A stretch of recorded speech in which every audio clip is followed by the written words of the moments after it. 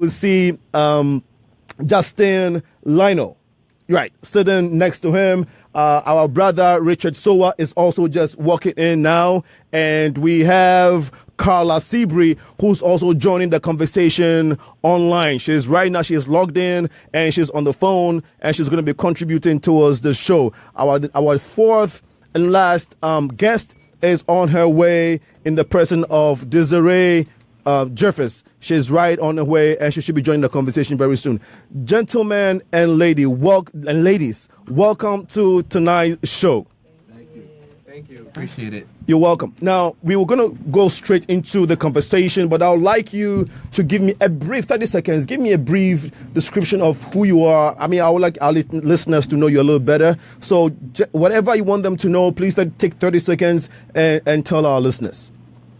Ladies first. I'll start from Yes. I'll start from Hi, Phyllis. everyone. My name's Phyllis Tempo. I am a PhD student in community psychology with my research focuses on African American older adults, but in general, African Americans and their well-being and how communities affect us and how we affect communities.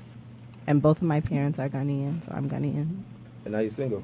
Yeah, I'm single. Actually, no, it's nobody's business. Right, okay.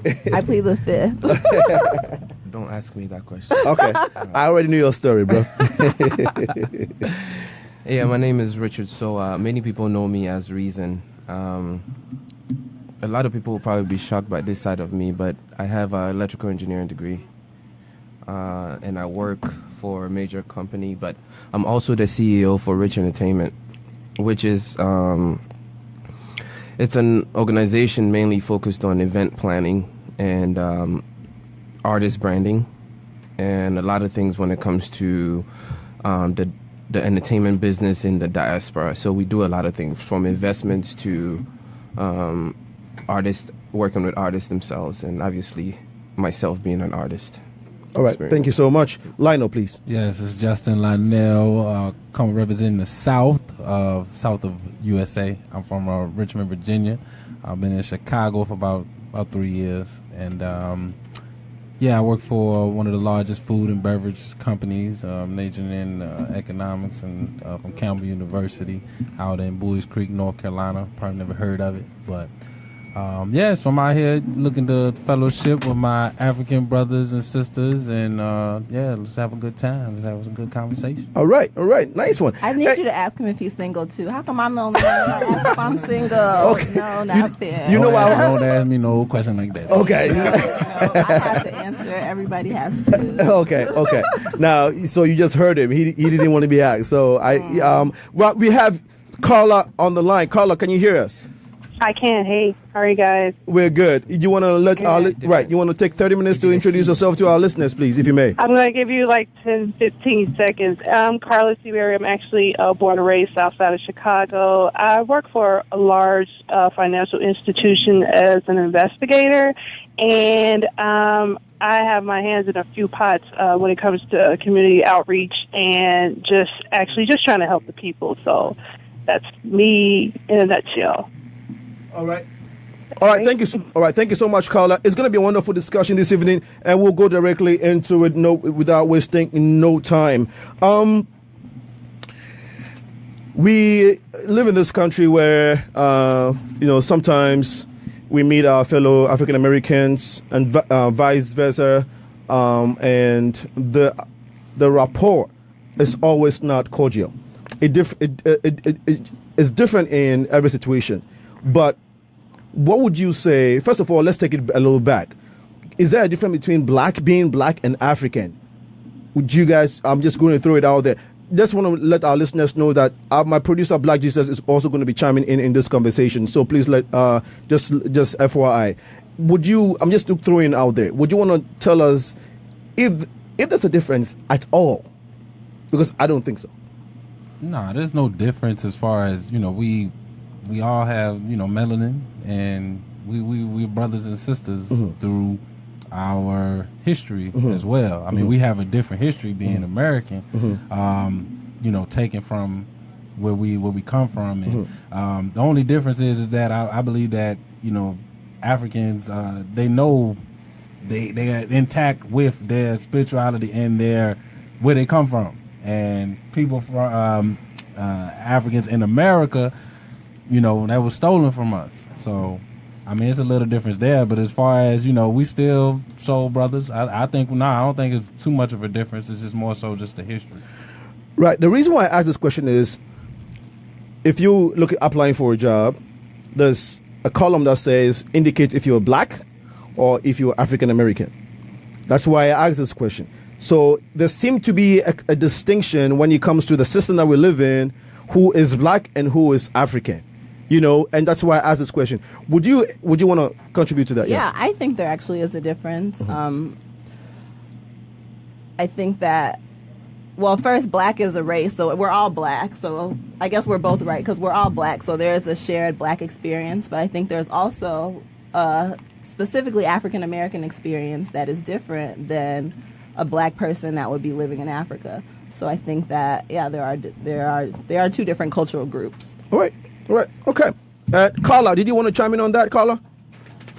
I would have to echo on them and say the same thing. Like you said, we all share the same. Whether it's black, I know we're not speaking on even Caucasians, but we all bleed the same color. Okay.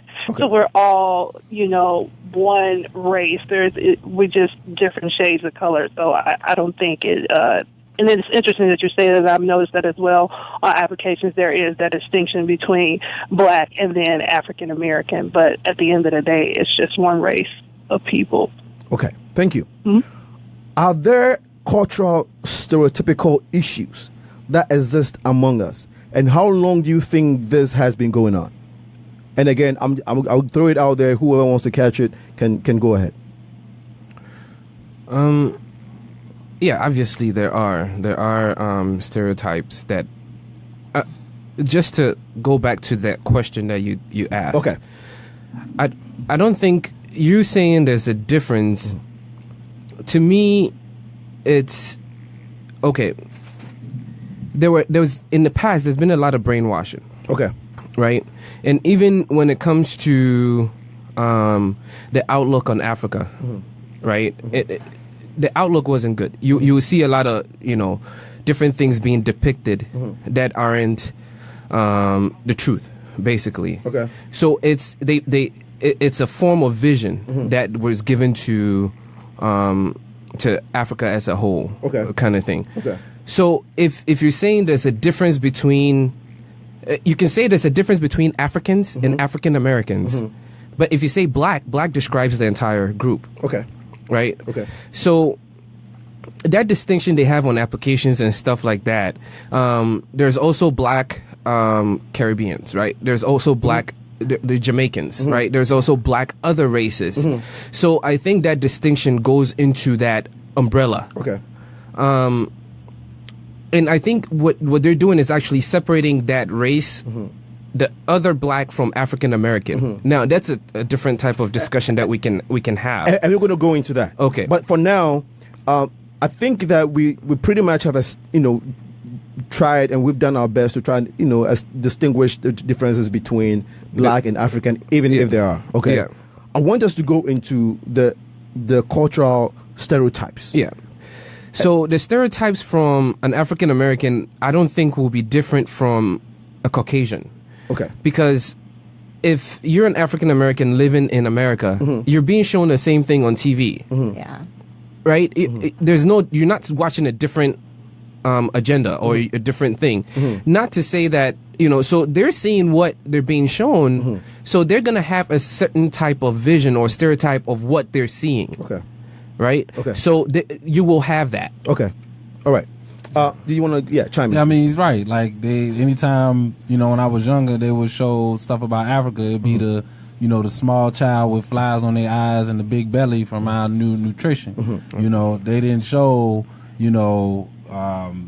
Nigeria, Lagos, Nigeria, and then, all the beautiful, different countries in Africa. Okay. So, yeah, that he's right. It's been brainwashed, from what's our perception or was our perception of Africa. It wasn't until I, got a little more educated, went to college, and talked to my roommate. He's from Liberia, his family and everything. So I got schooled, and that it ain't like that, and vice versa too. From what I understand, and I don't know if this is true, but when Africans come over here to look for citizenship, they kind of I'm told that they kind of let Africans know that the blacks, the African American, watch out for them, because they're this and they're that. Okay. So I don't know. I mean, you guys can speak on that if that's true, but I've heard that before. Okay, so yes, and so before you come in, maybe I don't know if Black wants to come in, and Carla, I want you to mention, for example, what the stereotypes are. Okay, we know that there are cultural stereotypes between us, among us. What can we say one or two specific ones so that we can elaborate on them later on in the show? And and I know you've contributed. So if Phyllis might chime in, if Phyllis wanted to contribute, and then maybe Carla will come in. About either groups, yes. Okay, so I think some stereotypes that African people have about Black Americans. Maybe they're lazy, dangerous, like unproductive. Okay. Yeah. All right. Those are a few examples, right? Carla. Yeah, I would say I know for a fact some of the stereotypes I heard. When it comes to African Americans, when it comes to blacks, that they feel like we don't take advantage of the resources that we have here, because a lot of times the African Americans come here and they are so successful and they are attending universities and just really, they don't take for granted the things that we at times take for granted being born here in America. And you mean Africans, right? Correct. All right. Thank you so much. Okay. So having had these conversations, having mentioned some of these things, and I'm sure there are a couple more, if, for my listeners out there, I'm sure they're thinking about, there are a couple more, but we may have not mentioned them. So that's why we are inviting, we are asking that everybody to chime in this conversation so we can have, at the end of the day, try to make sense of all this. So you guys mentioned some of the reasons why we have the stereotypes, right? It's because of the things that show us in Africa and the things that show you guys here. I'm talking about African Americans here in America. All right. So what do you think that we as a people, knowing now that we know this about each other, and it's no fault of us that we have these differences, but it's what has been painted to us, what can we individual Africans and African Americans, what can we start doing to start reversing some of these barriers? I think if we stop assuming and really get to know each other, honestly, because a lot of people tend to judge a book by their cover.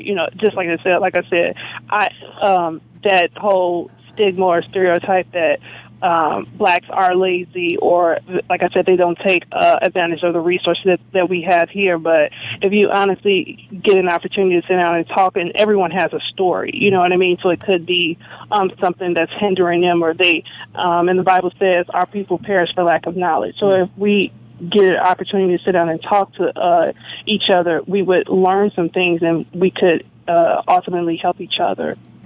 Yeah, that's like she said, lack of knowledge. Like everybody's going to have to be informed on what's like this systematic, oppression that has happened on the not just with the African American, but they've done some oppression in Africa too.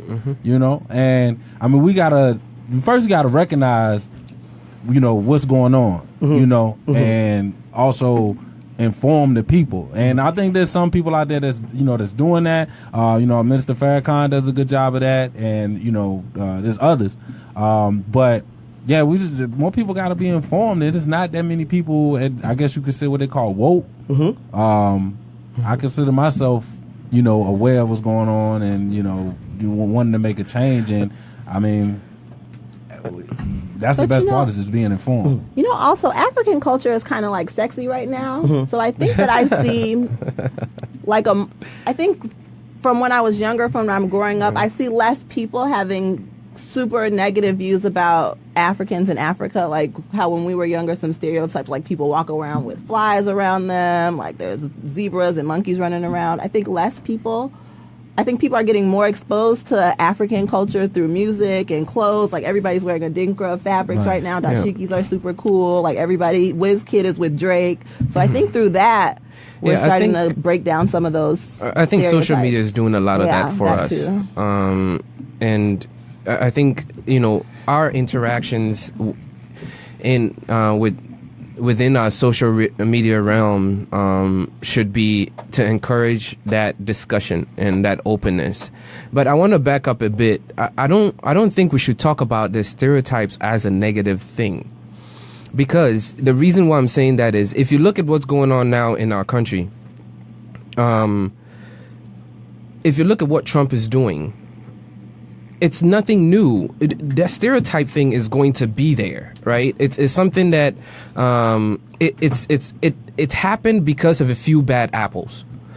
The majority of us, I think, with love and understanding and collaboration can conquer this, but it's the few bad apples that actually take the stereotype to a negative aspect of what we're experiencing and seeing now. So I don't think we should see it as a negative aspect of things, because there are stereotypes about everything. Right. Mm-hmm. So the thing is to educate people through your social media, through your interactions, and being able to listen and be open as to what the other side have. So it's the same thing as I can sit there with somebody from the Middle East and have a certain vision about that person. It's the same thing I can sit about a Jamaican and have a certain vision about the person. But if I'm open and I'm able to hear what they're saying or talk to them and get to know them, that creates for a better dialogue. Okay. Yeah. All right. If you're watching us on Facebook, please share the feed so our friends, your friends, can partake in this conversation. Go Green, Amenyo, you just joined us. Patience Aqua, Joseph Awinyonga, and others just joined the conversation. Please share the feed. Did you want to come in, Carla? Now, before you do come in, though, what she mentioned, Phyllis mentioned some of the examples of the stereotypes that Africans have against African Americans, right? Would you, Carla and Lionel, Justin, would you want to chime in as to the specific stereotypes that you all think about us or have for us? I'm gonna let Carla go first. Okay, Carla, he's giving it a baton already. Not off the top. Okay. I'm still in the marinade. I'm trying to, not off the top. Okay. I can't think of any, no. Okay. Well, I can come up with one that he actually brought up, which is the fact about either an African dating an African American is mainly in for a visa or marriage arrangements or whatever. That's one of the big things, right?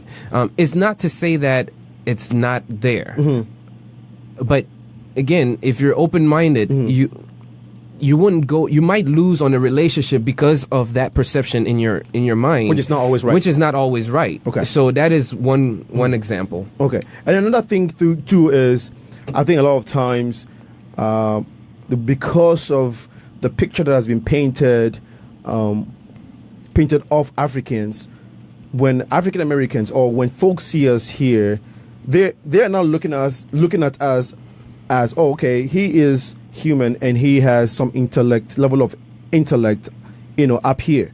Once they see us, because of that primitive picture that is being created about Africans, we're not perceived as being intelligent people. Let me put it that way. Okay.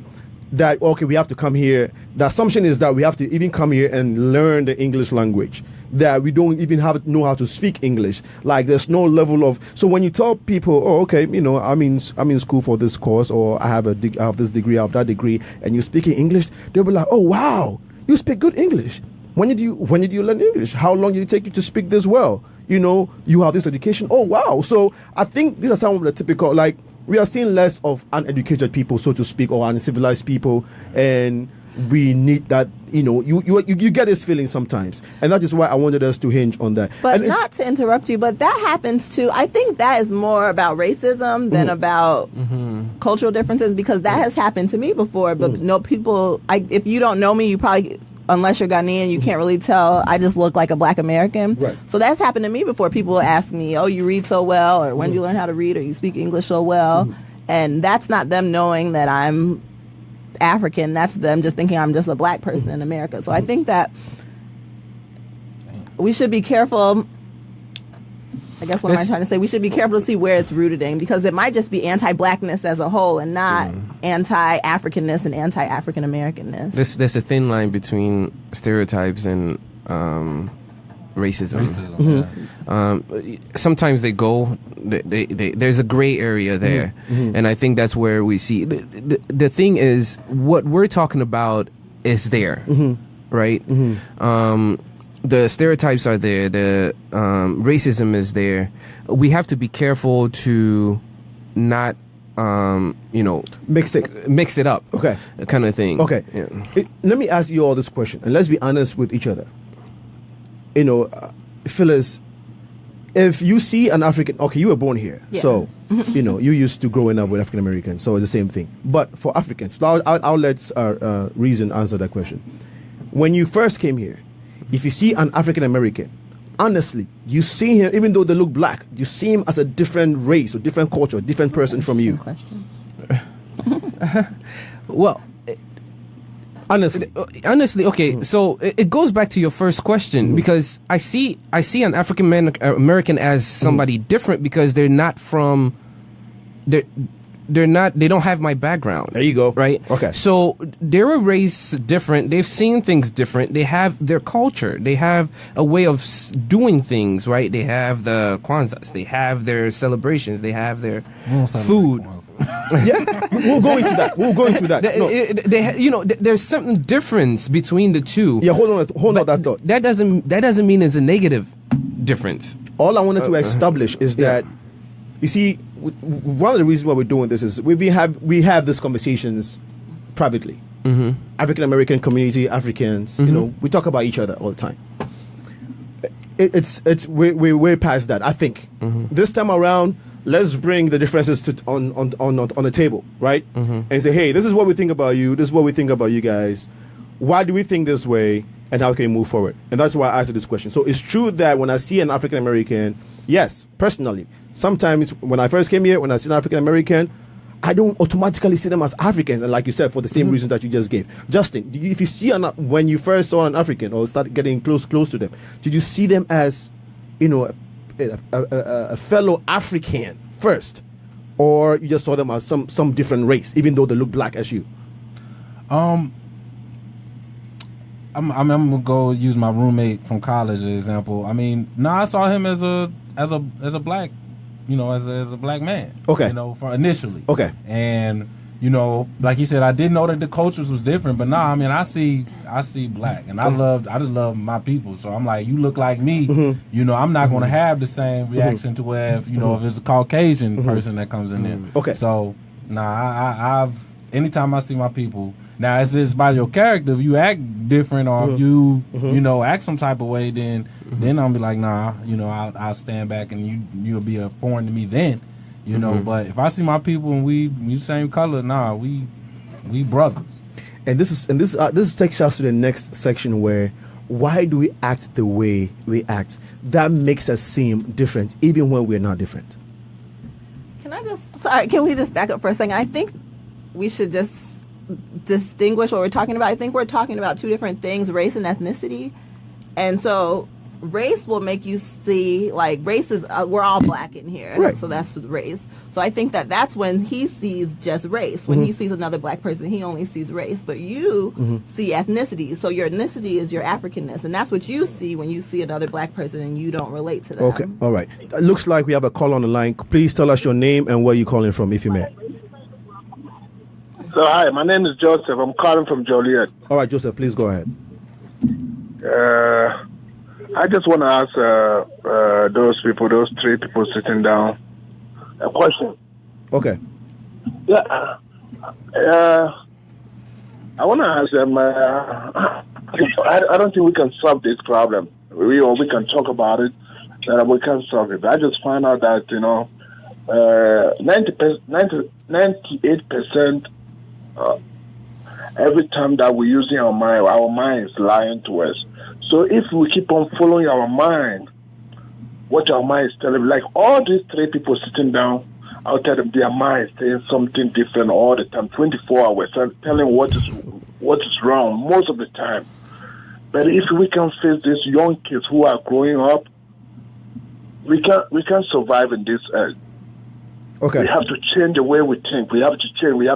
They have some of the religion. Kids when they come from school, they put some things and they're going to keep on following the same things all the time.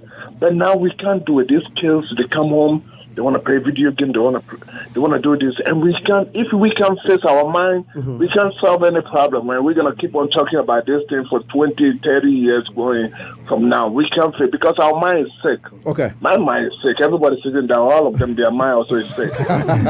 All right. Thank you so much. Okay. Okay, thank you so much, Joseph. Okay. Well, that is that's Joseph's viewpoint. Can we respond later? Yes, we'll respond to it. But this is a candid conversation, so everybody's free to share their opinion.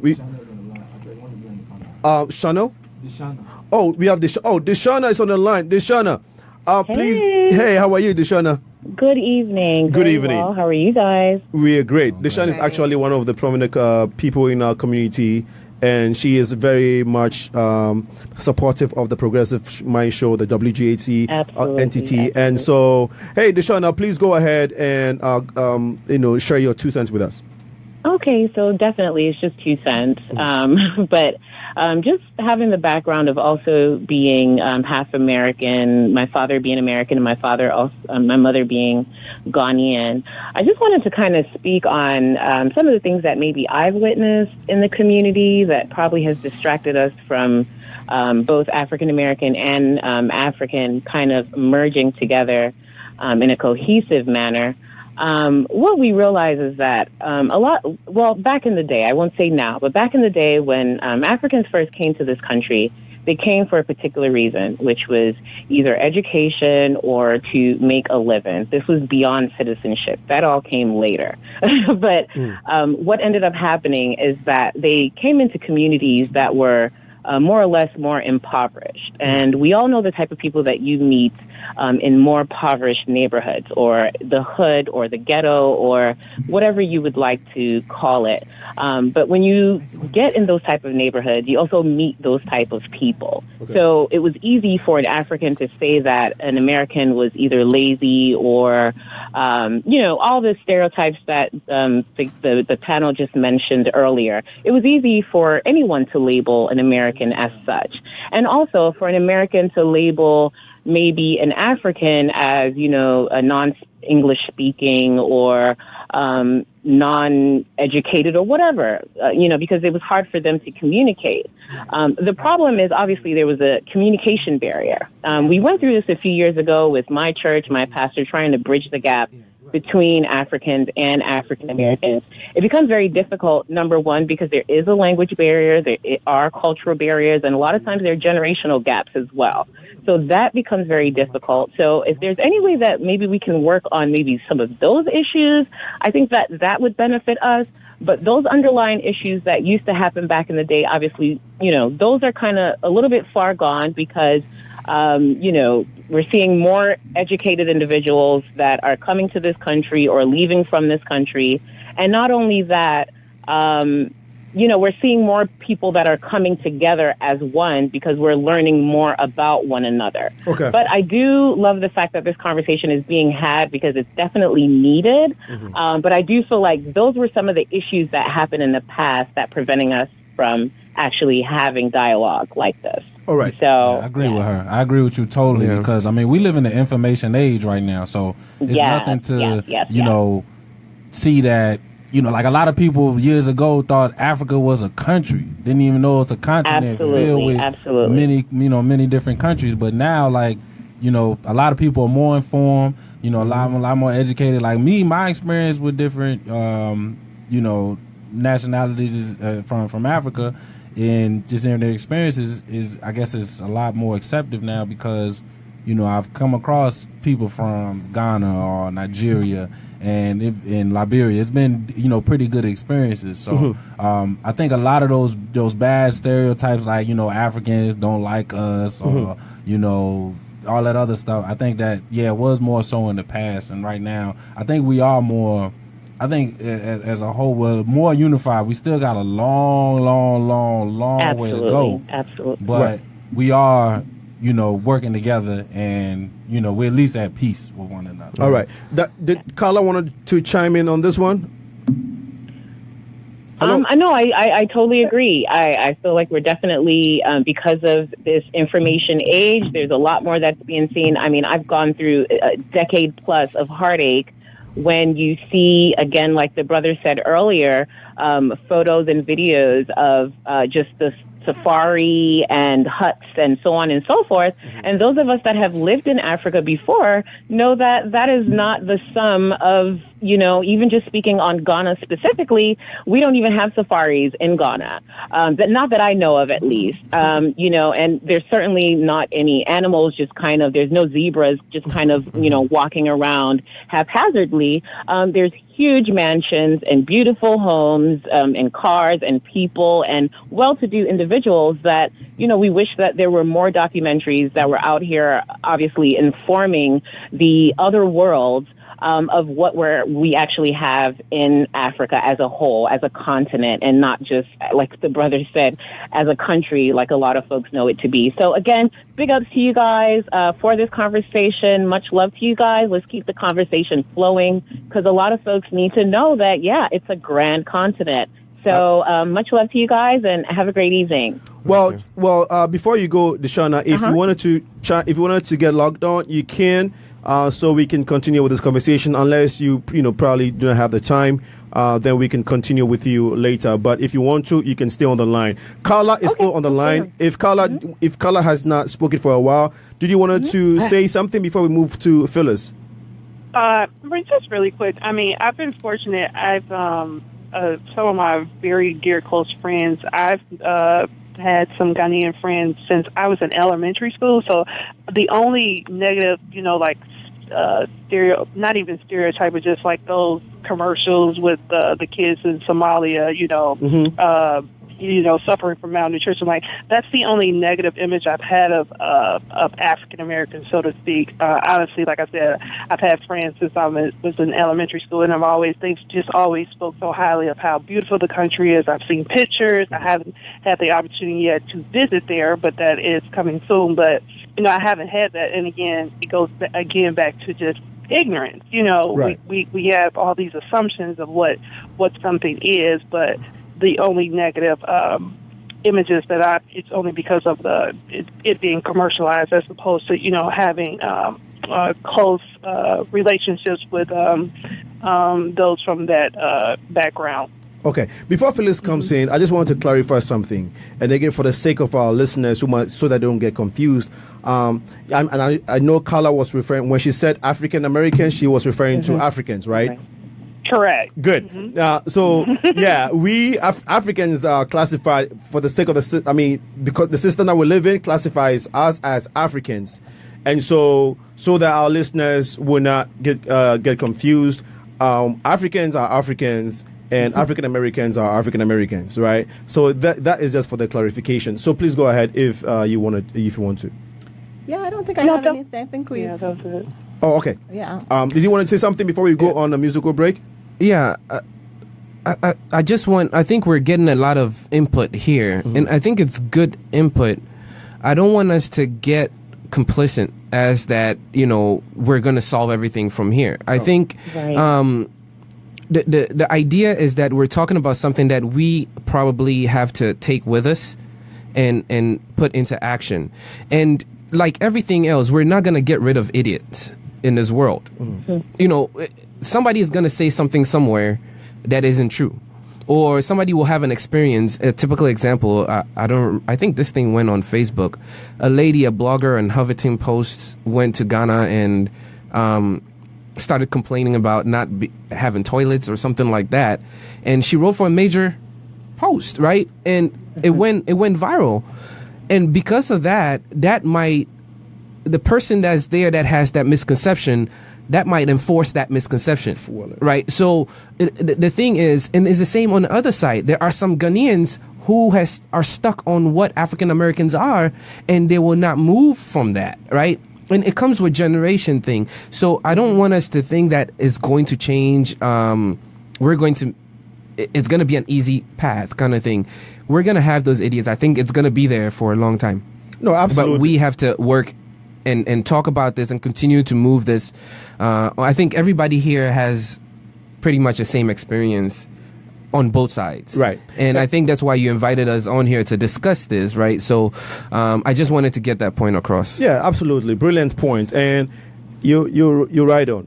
The essence of this show and this topic discussion is not obviously to find solutions or to think that we are going to be solving whatever has been between our communities for decades now.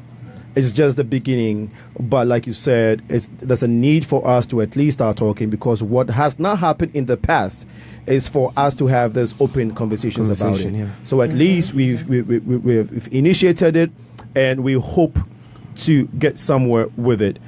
We would like to take one musical break, and then continue with the conversation. When we come back, I would like us to go deeper into why we behave differently. Mm-hmm. And so we'll be thinking about it whilst we go on this musical break. Mm-hmm. Stop the fussing and the fighting, brothers. Stop the fussing and the fighting, brothers. A chain is as strong as its weakest link. Each one is brother's keeper. As a unity is the foundation of survival. Got to let your love come shining through. See, stop your fussing and the fighting, brothers.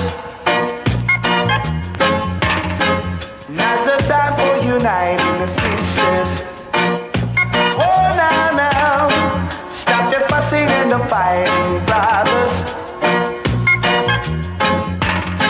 Now's the time for uniting sisters. Why lose your soul because of fighting?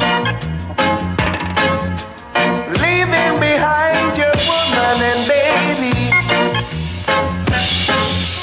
Allowing them to face the judgment of the world. Man, woman, boy, and girls. Yeah. Stop the fussing and the fighting, brothers. Say stop the fussing and the fighting, brothers. Whoa, yeah. Stop the fussing and the fighting, brothers. Oh, now, now's the time for uniting sisters. Yeah.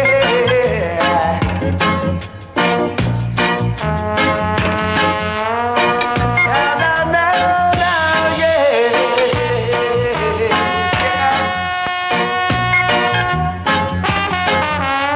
Every little thing you run for you go. See a little more, your life more done.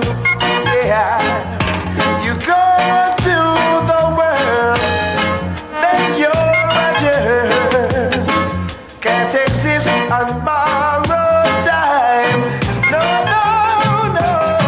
Say stop. Every time you take one step, something pulls you back, but you get back up each time you fall. Wicked people and bad mind lurking in the dark, but I have no fear, I walk with Jah. Turn the world off and turn the music on, just light up another one. Relax and just close your eyes. Natural mystic is in the air, Bob Man is no fear. Everything is gonna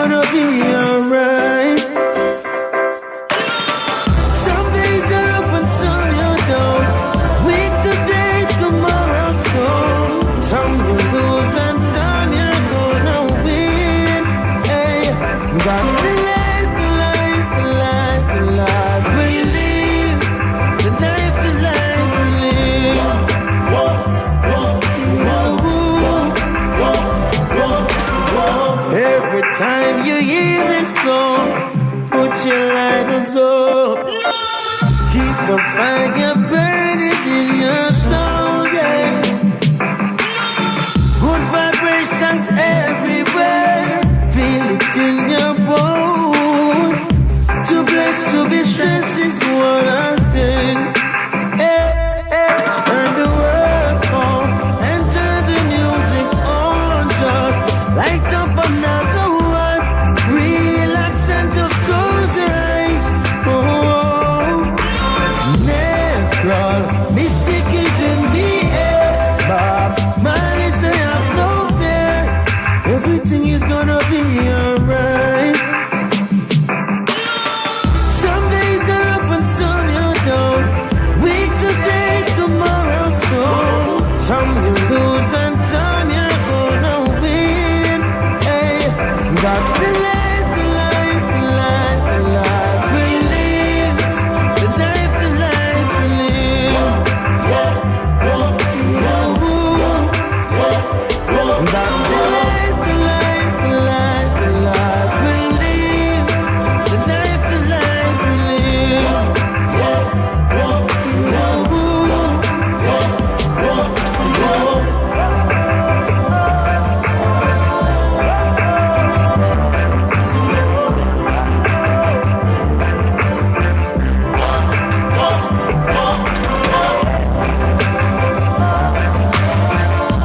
Welcome to the show. This is the Progressive Minds on WGHC 98.3 FM. Your voice, your music, your station. We are the #1 radio station in the entire Midwest. Please check us out at WGHCFM.org. You can listen live. You can also make your donations and contributions to our website. However, the donate button on our website is undergoing a little bit of construction now. And so if what you need to do in terms of making donation is send an email to 98.3FM WGHC@gmail.com, and then we will send you a safe link by which you can make your monetary contributions. Alternatively, call 773-829-1032, and then you can make your contributions that way.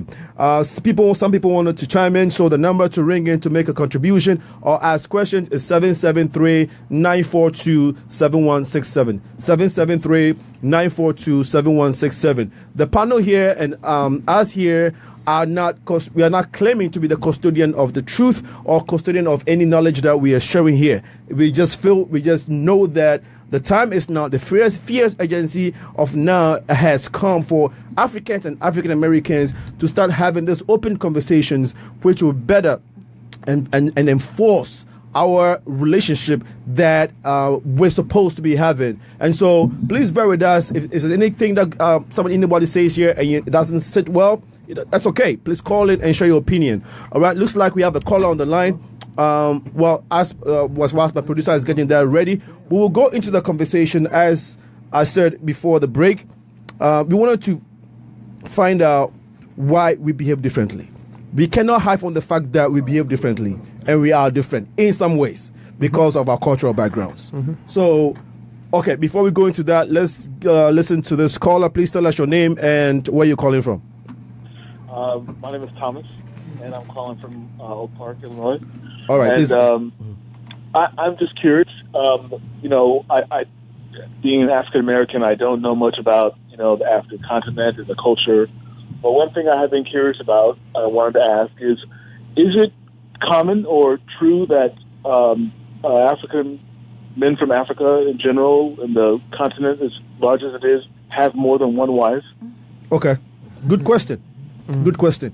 All right, you wanted to? Okay, I can try to answer that. Or would my panel? Any of you? Would you want to take in or Phyllis? It's simple. It's true. Okay. Yeah. Now, there is something. Then can I ask?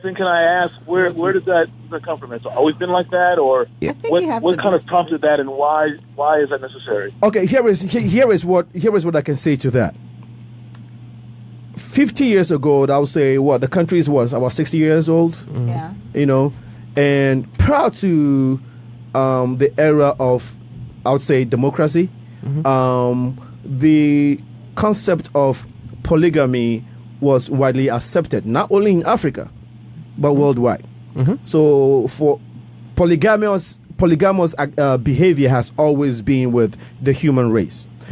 Now, in modern history or modern civilization, I would say that 99% or 95% of people in Ghana do not necessarily believe in polygamy. I would say that times have changed, and so monogamous, relationship is what has been accepted, and polygamy is being shunned on. Most marriages, I don't have the facts, but I bet you that 90% of the marriages in Ghana are not polygamous. The chiefs in the local villages, though based on tradition, sometimes are, they get that privilege to take, more than there's a queen, but they do kind of have like, one or two wives, but even that is not made public.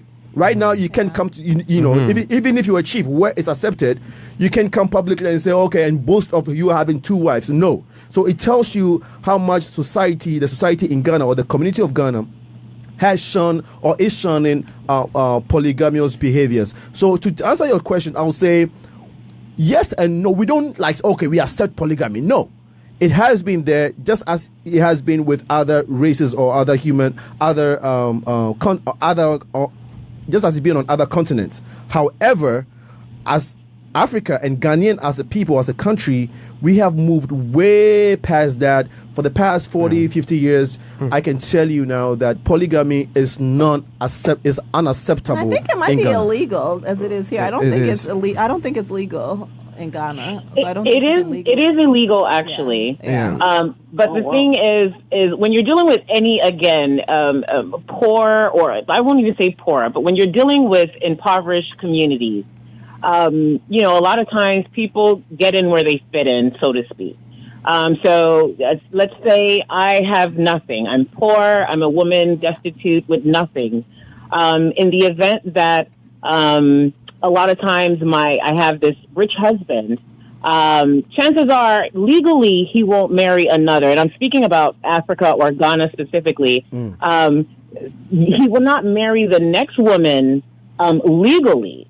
But because he's rich, a lot of times they feel that they can do that. This is something that they're entitled to because he can afford it. And a lot of times that's the only reason why it's accepted is because maybe the man, so to speak, has enough money to take care of multiple women. But it is something that is shunned upon. It's not something that is legal as well. So, again, it only happens when you're dealing with rich individuals that end up marrying women from more poorer communities that actually need them, and that's why they stay. And for the same reason, this woman, because, like you said, some of them are destitute and poor, they willingly accept it. They actually want it. Hey, I don't have anybody. I might as well go marry this rich guy who can take care of me. Yeah. All right. I don't All think right, Thomas. Hold on. Thomas, is your question answered?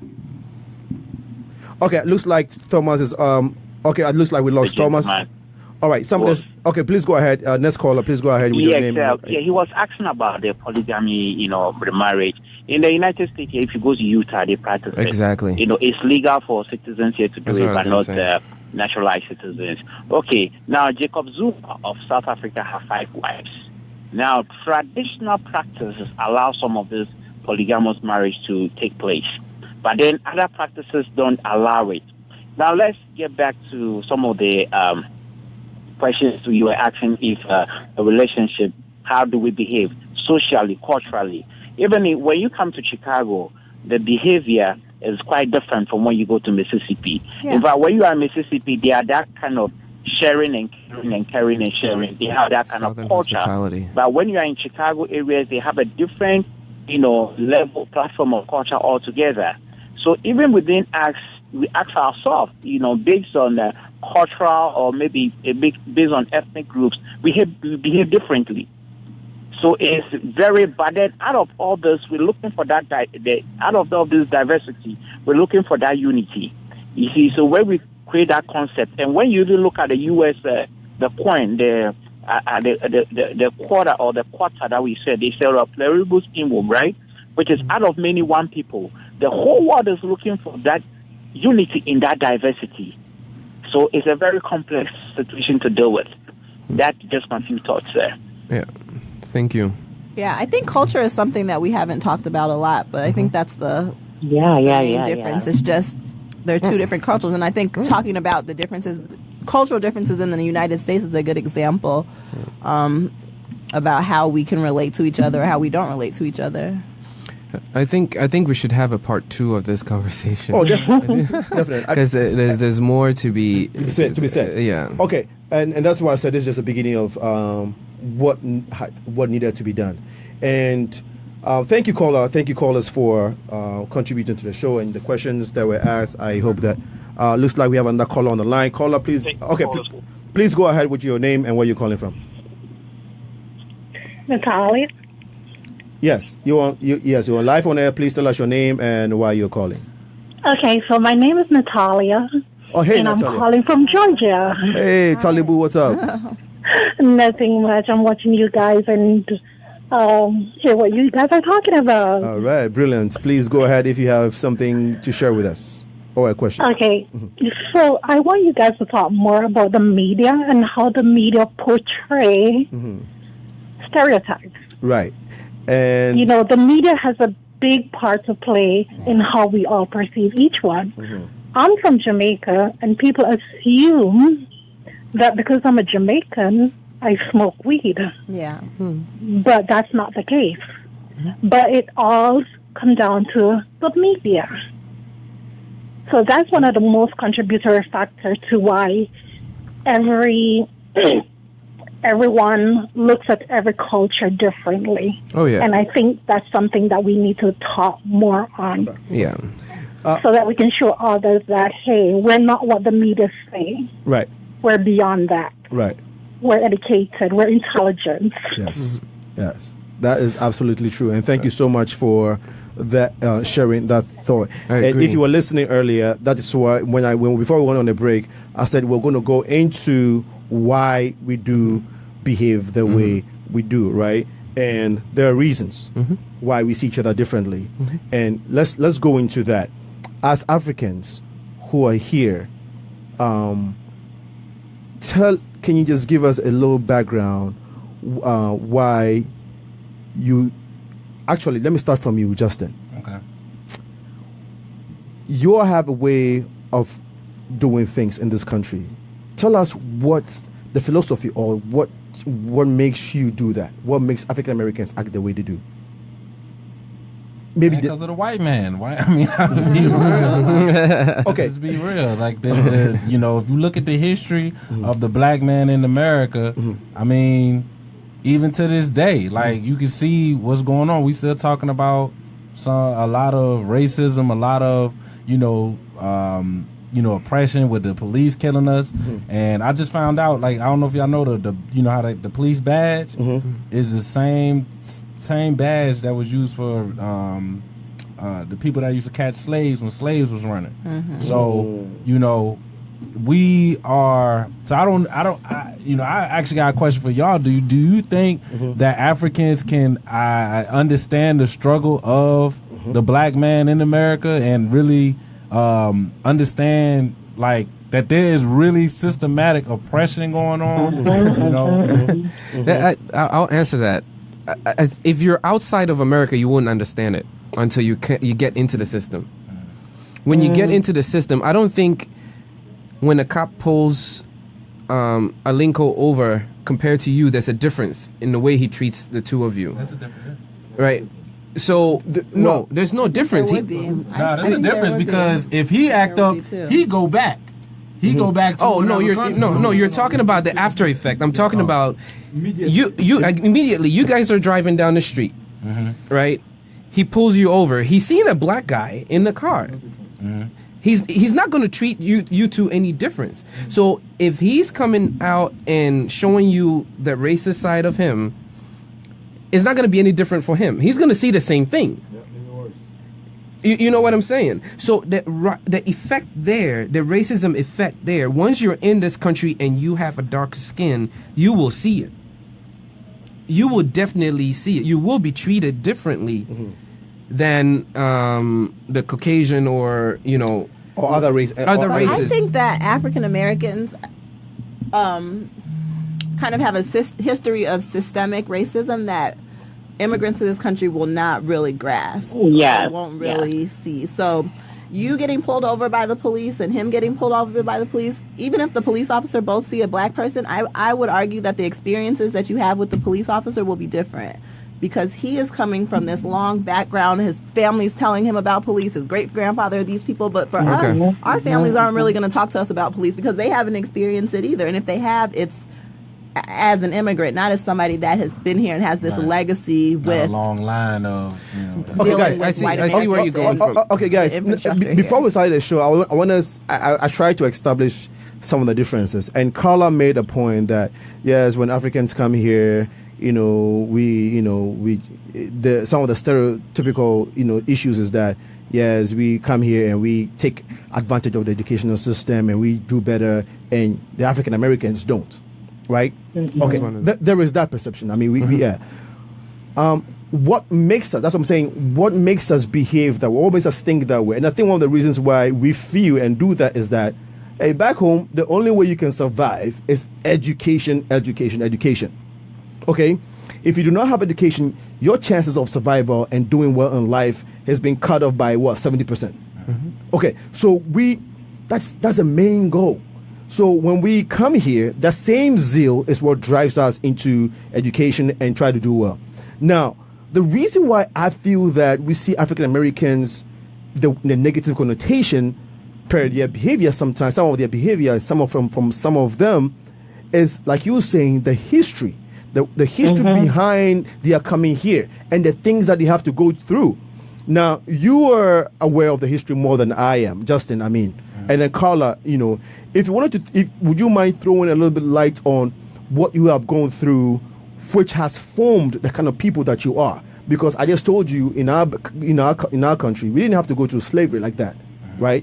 We have our own struggles, and that's what drives us, and that's what makes us who we are in this country.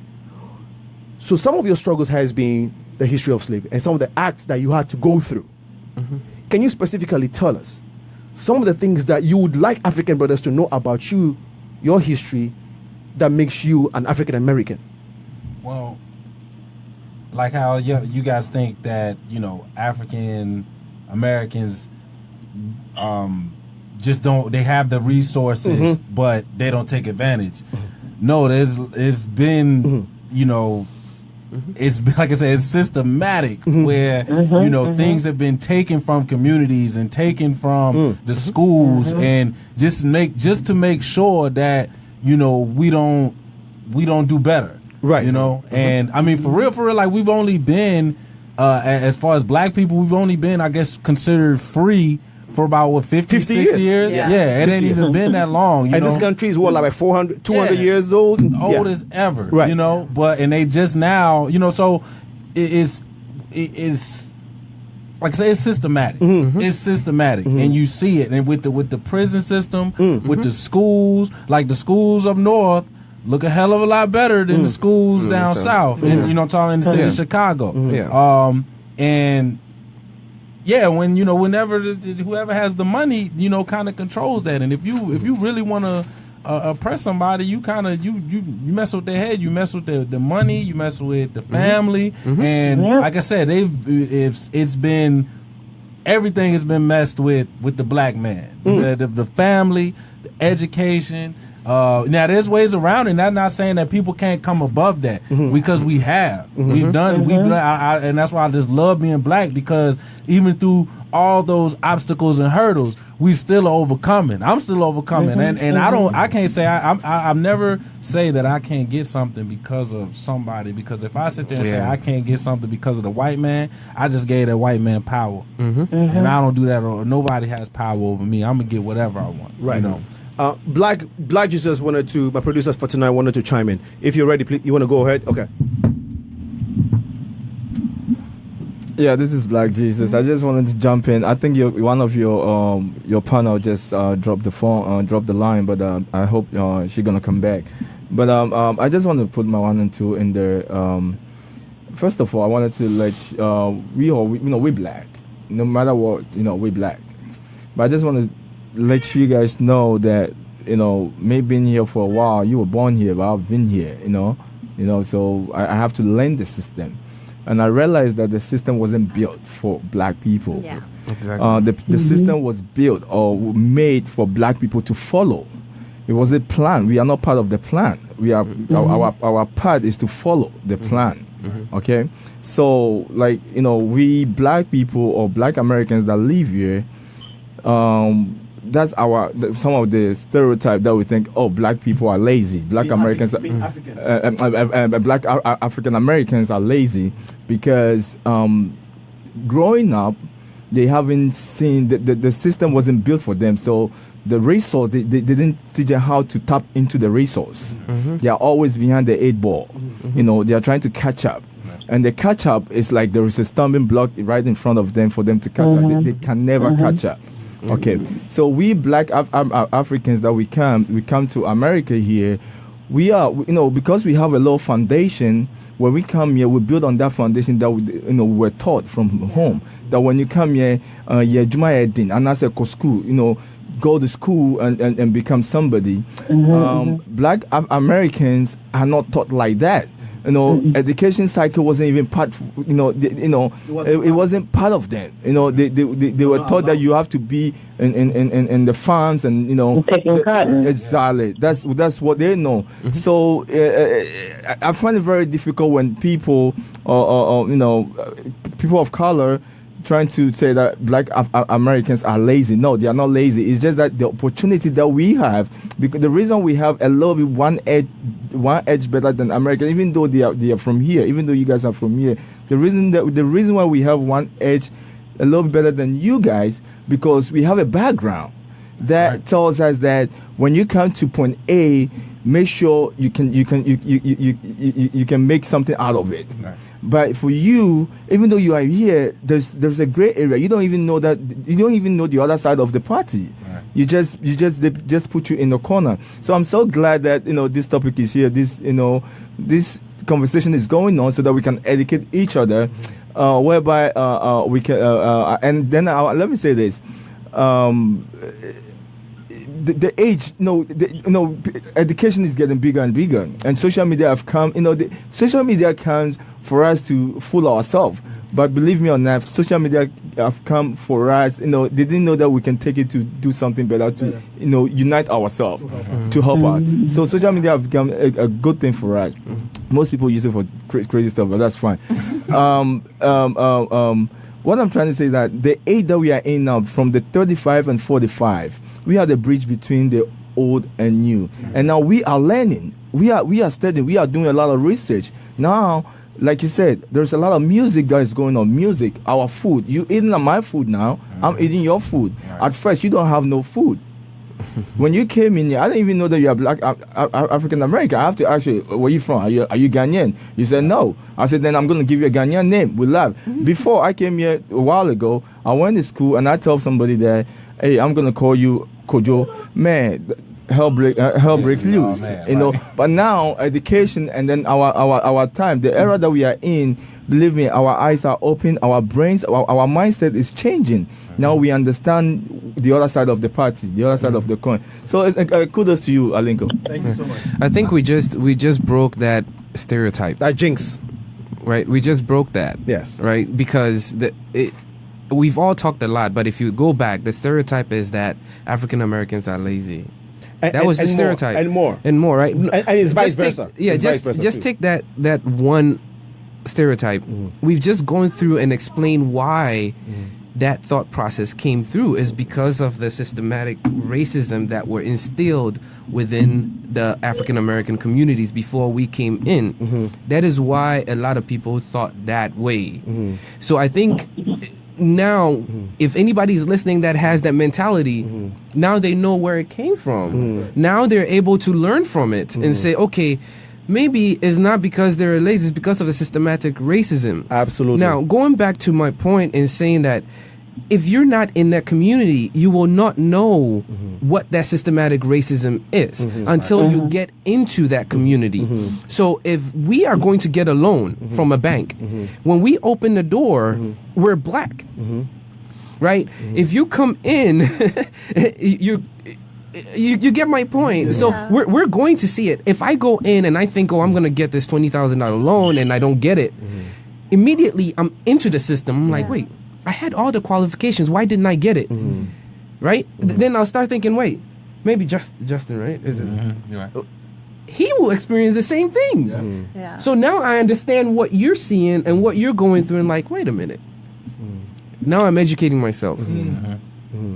So that's the thing. Just to chime in, I'm sorry, I don't know if you're done, but I can't really see you. Yes, go ahead. Just to add on to that.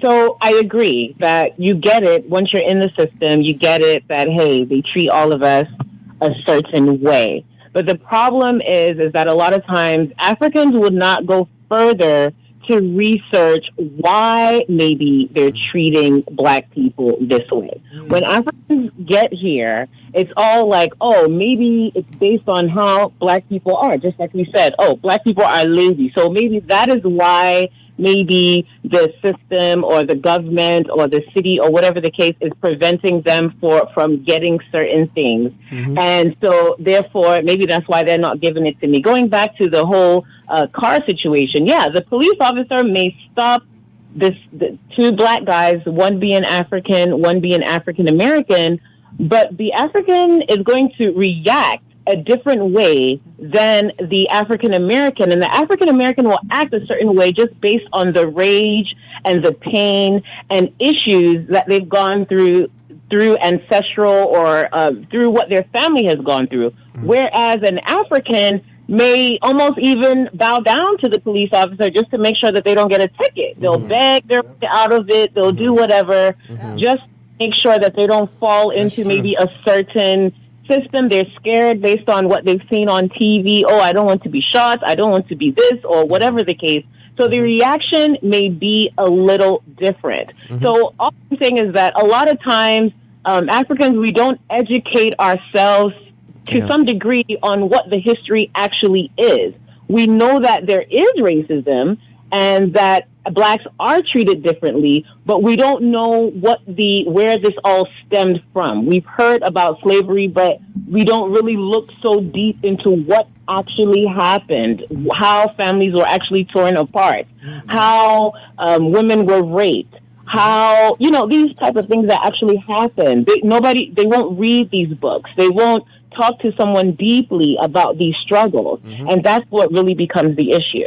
Yep. Well, I agree. Psychologically, that's protective, right? So everybody wants to feel like it's not them or it can't be them, or the reason that bad things happen isn't because of something about me, it's because of something about the other person. So protectively, Africans, if something happens bad to you, that's a racial incident, you're going to say, it was because of this or other it. So you don't want, because once you identify with the problem, then you're admitting that there's some type of fault with yourself.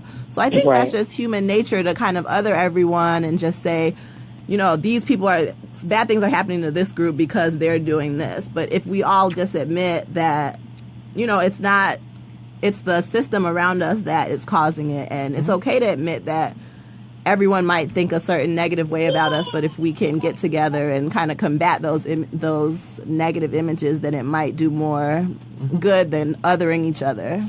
And I think we got to do more than just, come together as in America.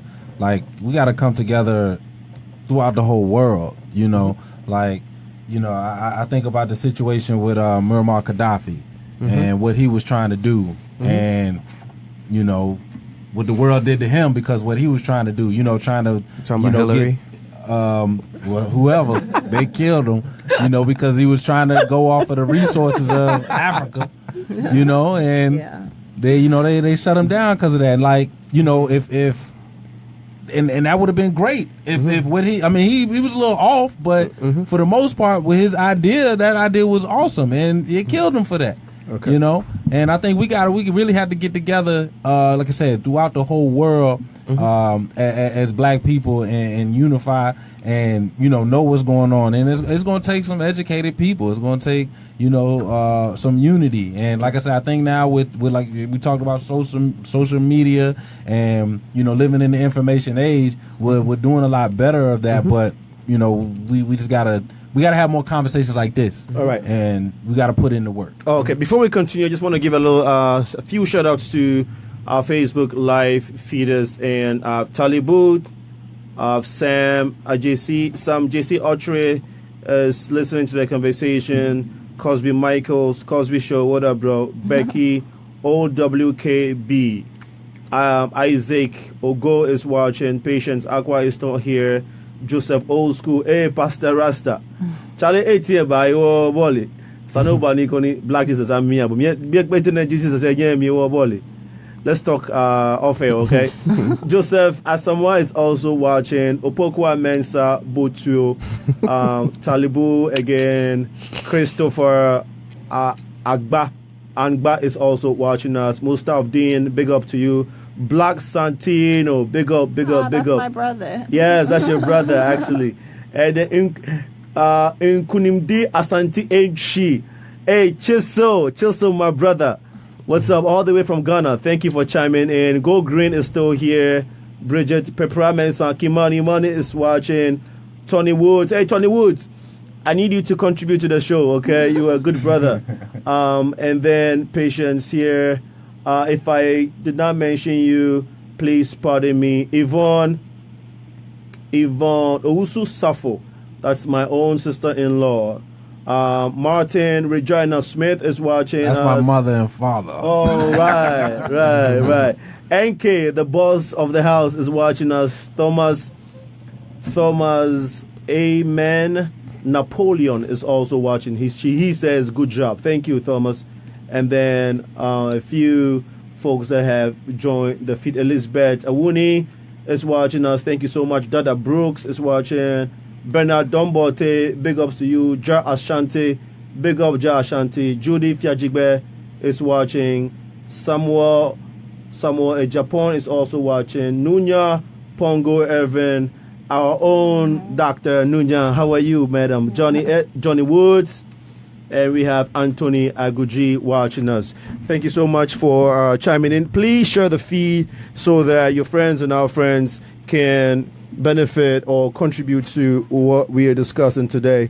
And I wanted to let you know that we need your donations and your contributions to help with the upkeep of the radio station, and also to help with the programs and our overhead. If we can't if we don't help our own radio station and support it to grow, we may have problems. We may have to fall to, the same system to help us. And once they come in, we might not be able to have these conversations the way we want to. So we're calling on the African community and our own people to contribute the dollar here, $20 here, $100 there to us, so we can keep moving forward. The email to send your contribution to is 98.3 FM WGHC at gmail.com. 98.3 FM WGHC at gmail.com, or you can call 773-829-1032 and make your contributions that way. And all contributions are tax deductible. The only reason why we're giving you this email to send an email to is because our donate button on our website is going under construction, and we hope to fix it very soon. Before we continue the conversation, we'll be going for a musical break shortly. But before we do that, I wanted to just touch base on something that my brother Black Jesus said. He made a brilliant submission to the conversation we are having. And my only take is that I don't think that we have an edge over African Americans, in my own opinion. I think that the statistics show that among immigrants, the African immigrants have more graduates turnout than the other immigrants, and that is good for us. And like I said, there's a reason. There's some fire that is pushing us. If you've been hungry before, yes, our struggle has been poverty and lack of education, lack of amenities, lack of opportunity. That's what it is. And so lack of opportunity. Yes, and so when we come here, we have the hunger. Now compared to our brothers and sisters who have been in the opportunity but not being partakers of the opportunity. they have been kept away from the dining table and for so many years, and these things that have been put in place that to make sure that they keep them away from the opportunity table is sometimes what influences their behavior. And we shouldn't see it as negative and see them as bad, but same ways there are certain things that makes us look a certain way. They also have a history. Both history are not bad. Okay, it's what has made us. The thing now is that moving forward, we have to learn about each other and then move forward in the right direction. We'll come back and continue the conversation. This is the WGHC radio station, and this is the Progressive Mind Show with your host Alinko. We shall be right back.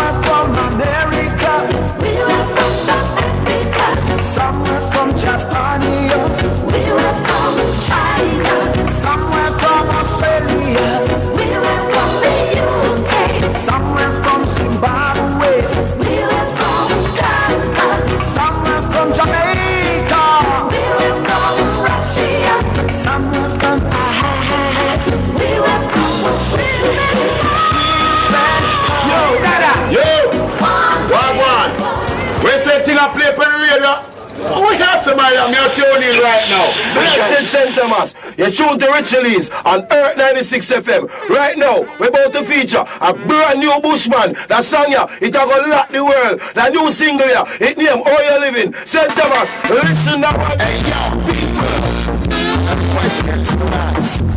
I have questions to answer. This one saying, oh yes, it's crazy out there. Who got kids have been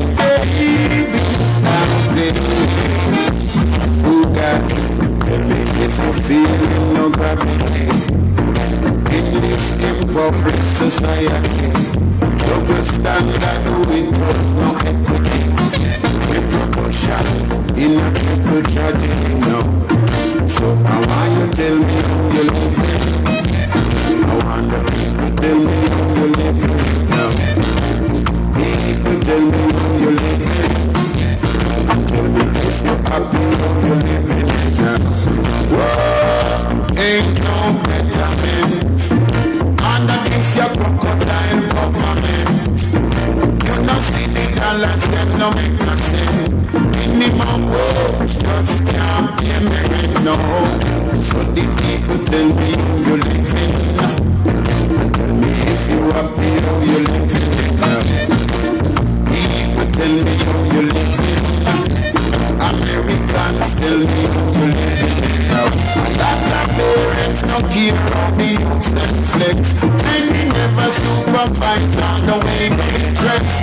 Young teenagers exposed to sex without proper supervision and not on some attack. And the people tell me how you living. Americans tell me how you living now. People tell me how you living. Europeans tell me how you living now. Yo, it's still crazy out there. Oh God, too much man lazy out there. Oh Lord, oh God, hey. I want the taxi driver them to live it up. All the preachers and the pastors them to live it up. The police and the teachers them to live it up. The guns and politicians, how are you live it up? If the juvenile them speaks and make them go up. Give them the tools, send them to school, cause nothing can be too much. Opportunity the youth can't get enough. And the lifestyle is so unscrupulous. How when the youth them get so much big guns to bust it out. And the crime rate keep on rising up. New rules and new styles if you pick it up, yo. I want the people tell me how you living. Jamaicans tell me how you living now. Americans tell me how you living, yeah. Europeans tell me how you living. Hello, people. You're welcome to the show. This is the Progressive Mind Show right here at WGHC 98.3 FM.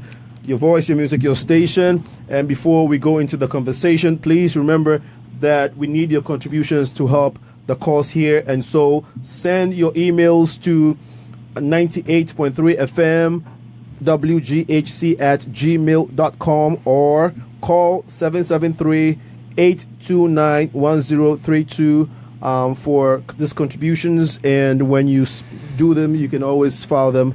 They're tax deductible, so you can always claim them at the end of the day. We've been talking about building bridges between the Africans and the African Americans, and we've been having so far the conversation has been great. We've had people calling to share their views, and people are also contributing on Facebook. Anthony, let me read a few of the comments on Facebook. Johnny Wood says, first of all, Dr. Nunya Pongo Irvin says, great topic. And then Johnny Wood says, why don't Africans and Black Americans get along? And then Anthony is saying, Anthony is saying that he doesn't think so, that we get along. And then he's continued to say that he personally thinks that the perception that we don't get along, it's fallacy. That he says this thing has been preached over the years without any proof. As a younger generation, we should stop focusing on the ignorance and instead spread the news about Africa. Well, thank you so much for that contribution. The number to ring in to contribute is 773-942-7163. 773-942-7167. Now, if you have any comments or recommendations for us that you're not able to share them right now, or you need to find out any information about us and how you can help or whatever, send us an email at info.progressiveminds@gmail.com. info.progressiveminds@gmail.com. or go to Facebook, search for Progressive Minds, like it, and you can send us messages and we'll respond to you. Looks like we have a caller on the line. Okay, whilst we are working on that, we wanted to go into why we are different. And we've had some conversation. We have some discussions on that. Our caller is ready. Please tell us your name and where you're calling from. My name is Anthony. I'm calling from Virginia. What up, Tony? That's my alumni all the way from Mali. What up, soldier? That's one of my lions. Shoot up, brother. Shoot up. Alinko, thank you very much. It's really important that we actually talk about these things. I've heard several times that people say Africans and African Americans don't get along. Personally, to me, it's nonsense. Nobody should even say that. I personally believe we're the same people. The African Americans, to move from Ghana and to live in the United States and then eventually become a citizen makes me also an African American, right? So we cannot say African Americans and Africans don't get along. It's just that we have different backgrounds.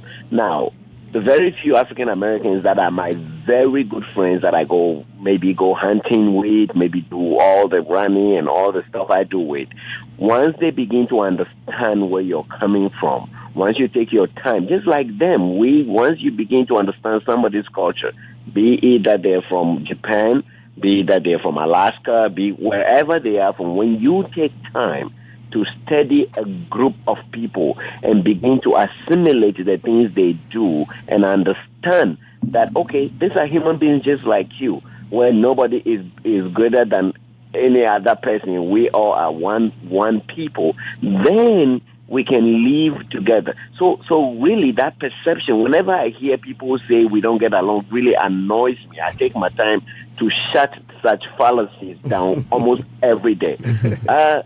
Maybe there are things that we do that people who grew up here might not like. I read something the other day that was basically pointing to the fact that as kids growing up in Africa, if you look an adult straight in the eye, you might get whooped. If you were sitting down and an adult was standing up, you get whooped for that. If the adult was sitting and told you to sit and you were standing up, they whoop you for that. The same thing does not happen here, because if you do that here, it's abuse. And some of these African American people come to our homes and see that these traditions and these practices still go on, which they would not understand why we behave the way we are. I personally think my advice to everybody is we should take time to understand and study the different cultures and the mannerisms. But let me not divert too much, but are we saying that Africans and white people get along? I mean, no. You just have to understand where the person is coming from.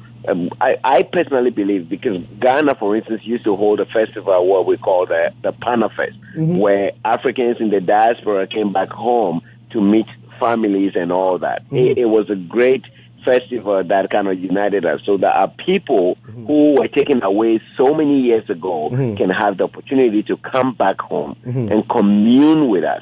So personally, I think that African Americans are our long-lost brothers and sisters, and we should embrace them every opportunity we get, and they should also make a conscious effort to understand where we are coming from, so we can all live in harmony. Right. I rest my case. Right, Tony. Before you go, though, thank you for a brilliant contribution. It's good, in your own opinion, that you think, well, you don't believe in the fact that there are differences, but the truth is that the fact of the matter is that it does exist. Thankfully, you have an open mind. You have researched. You have done your due diligence to study the other side or to learn the other side and understand why African Americans and act the way they do, and then you get along. But let's be real. Our siblings, our cousins, friends, our mothers and aunties, some of the older folks still have this stereotypical views about African Americans, and vice versa. It is there, whether we want to accept it and agree with it or not. And I think this is the people that we are trying to speak to. Now, some of us, the people here, pretty much understand what's going on, but we think that there are a whole bunch of misconceptions out there, and we're trying to speak to it. And the topic for today is It's building bridges. So we are trying to find bridges. I don't think that we have accepted that, oh, there's this craziness, there's this hatred among us. We haven't accepted it. As an organization, we think that there are differences, and there's a need to start having the conversation so that we can gradually and hopefully get to where we need to get to. Yes, I understand where you're coming from, Alinko. But like I said, ignorance is at the root of most of these things. I've had conversations with people whose last names obviously are Polish, okay? They are from Poland. The generation is from Poland. And they, through ignorance, will profess and say, okay, hey, Michael, you're not from here, you're from Africa. You need to pack up and go back to where you came from. And I am so happy and elated, and I'm glad I used my 15 minutes out of my day to educate people like that, because personally, I think they came into this country even without visas, right? So I think that what makes America great is the diversity. Now, like I said, over the years, the preaching has always been African Americans and Africans don't get along. Now, I want to assure my people. Yeah, Tony, I'm listening. Yeah, because of time, my panel also wanted to chime in. So, if you don't mind, like we said, this is not the first and the last. This is just the beginning. So this conversation is going to go on, and so if you don't mind, you know, we can move on to our next panel, and then that's fine. Because your point has been established, and we think we understand your point, and we're so much appreciative of that. If you don't mind, we'll just move on to our next. Thank you guys. Thank you guys so much. And thank you so much for chiming in. Black Jesus wanted to contribute towards the conversation. Oh, thank you. I just wanted to add to what Anthony just said. He just said something that really is very touchy. We should actually learn how to embrace each other and understand everybody, understand where everybody comes from, and that's one. There's a saying that Deshana will be my witness on that. Our pastor, Pastor Princeton, always says that when you go to Russia or China, immediately they will spot you in. They will just notice that you are not part of them. But when you come to America here, it's because of the Black Americans that's why we are here. That's why we don't people doesn't recognize who I am, because they immediately when you see me from far, you think I'm American easily. So there's a reason why you are here. That's why we are here, and there's a reason why we are here. That's why you will know back where your root from. So we should embrace each other and understand our culture differences, and then we move on in life. So that's just my one and two that I want to add to what Tony is saying. Okay, anybody wanted to take it from here? Well, if not, we'll just move on to before the callers came in, we were trying to get into why we act the way we act, and what makes our character, what has shaped us over the years. And we know that the African American story is very deep, and we don't have time to go into all of it. But I think one of the things that our community, the African community, has to understand is that this is one group of people. I wouldn't say race, because race is we all Africans, right? Group of people that have been through slavery, that have been through a heinous time in history, and the only people that did not complain. If you look at the history of the African American slavery, they never complained about going through what they went through, even though they went through all that. It's like a chess. Somebody was just liking the African American story to a Monopoly game. Any of us familiar with Monopoly? Yeah. Mm-hmm. When you play Monopoly, everybody gets money, right? Mm-hmm. You're all giving money to start with.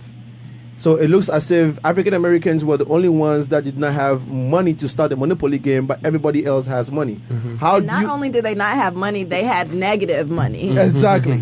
So how do you not have money, but you are expected to play Monopoly game with everybody else? Mm-hmm. And if you are not playing well, the same people turn around to say, why are you not playing? Why are you not doing well? Yeah. But even in spite of all this, I can tell you, five major CEOs that are heading some of the Fortune 500 companies in this country.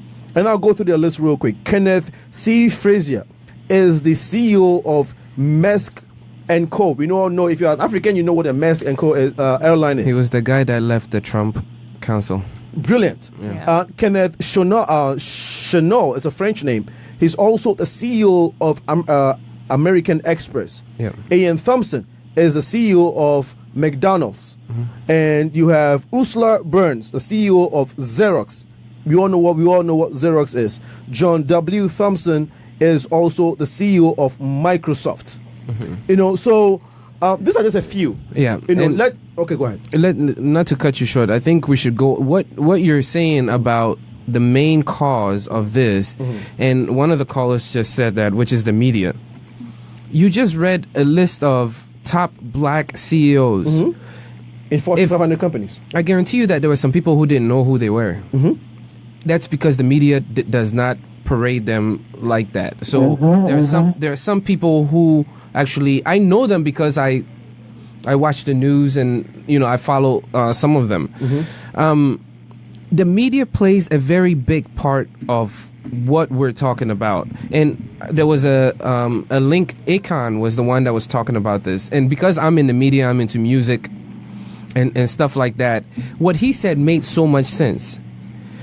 His analogy was this: when you take a look at the African American artists, I wouldn't even say the A list, the B list and the C list artists, when they shoot music videos, most of the items or they're rented, the car and the stuff like that. But when Wizkid shoots a music video, it's his Lamborghini, it's his car that they're using. But get this, the media portrayal of the African American artists, you will think that they own that. The media portrayal of Wizkid, you won't think that he owns that. Yes. You will not think that he owns that. Okay. You know what I'm saying? Right. But here's the perception.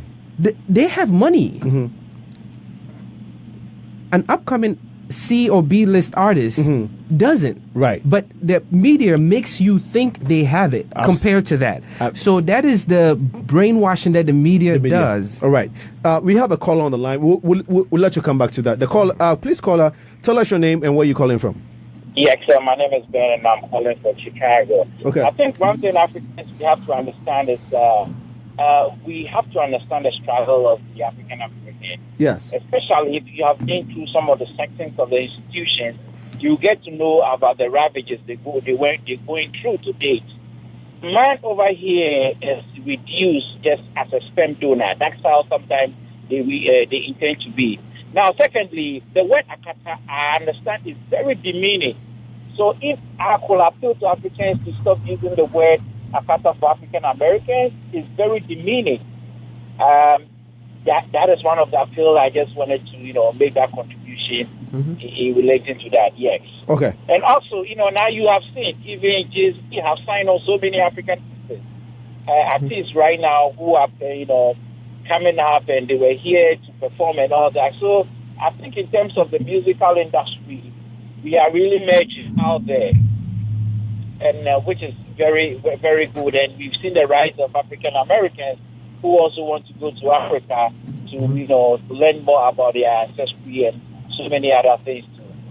Yes. So that's my few contribution to that. All right, thank you. The word Akata, I mean, is very demeaning that I will appeal to other Africans to stop using that word for African Americans. All right. Thank you so much, Ben, for your contribution. He's appealing that the word Akata, which the word Akata, Africans understand that. Please stop using that word. He thinks that it's not in the right place. Caller, please tell us your name and where you're calling from. My name is Jacob. I'm calling from Pennsylvania. Well, you sound like Barry White. Okay, please go ahead. If you thank God you told us your name. I couldn't start the program with you guys, but from where I took it up, I have this brief contribution I have to give. Okay, it's about emancipation of the mind. Okay, because we were conceptualized in the beginning, even making points like. Brothers in Africa don't like the black American here, and they are not ready to welcome them home. Black Americans in America had been brainwashed so that they don't go back home. Other things were like, okay, they wouldn't even allow people to learn from books. But today, we are learning. However, the old torture is still in people's mind. They don't want to learn. Right. It's about emancipation of the mind. I'm still stressing it. So your contributions, discussions you're having there is good. But I'm saying that there should be a level where the black American person would learn that, look, he must go and learn and then be what he is. I believe in that, and that will work. This is my brief contribution for now. All right. Thank you so much, caller, for ringing in. We will also want to appeal to our friends and brothers from the African American communities. We haven't heard a lot contributions from you, so please keep calling in. Send your comments, your questions, and your contributions to info.progressiveminds@gmail.com.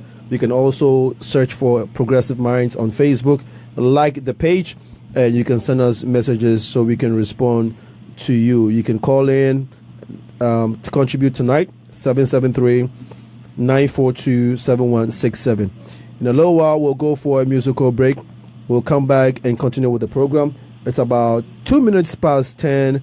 Our producer is going to give us a few more minutes because of the late start in program tonight. Stay logged on to WGHT 98.3 FM. This is the Progressive Mind Show with your host, Alinko. We shall be right back. It's Black Avenue Music, baby.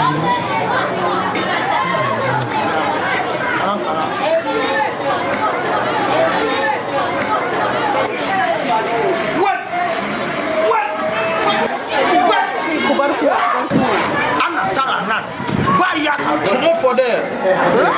Me come on for them. If I go for flee, you got them for flee. This guy is for flee. Asuro.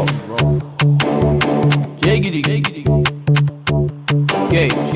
Fata. Shashi fata. Wole. Aji. Let's share your to my grandfather. Shashi fata. I'm going to go get one corner. Haje mo head for some $2. Wole. $2. Come on, $2.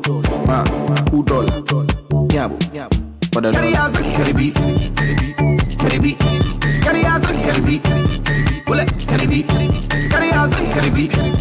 Come on, carry beat.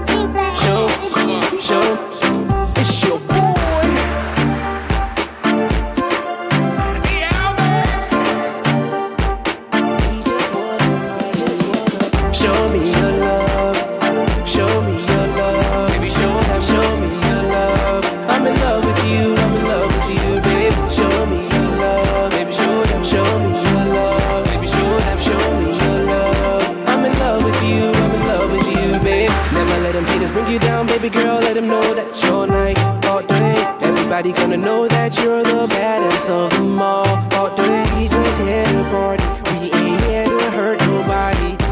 We just here to party. Shy me no go back, baby, your body. Make I see that go. Baby, I want that go. Turn around, let me see that go. Hey, when you want that go. Let me know that I want you. Come close and I want you. You're the one, so baby, no frontin'. Or am I whatever you wantin'? Show me your love.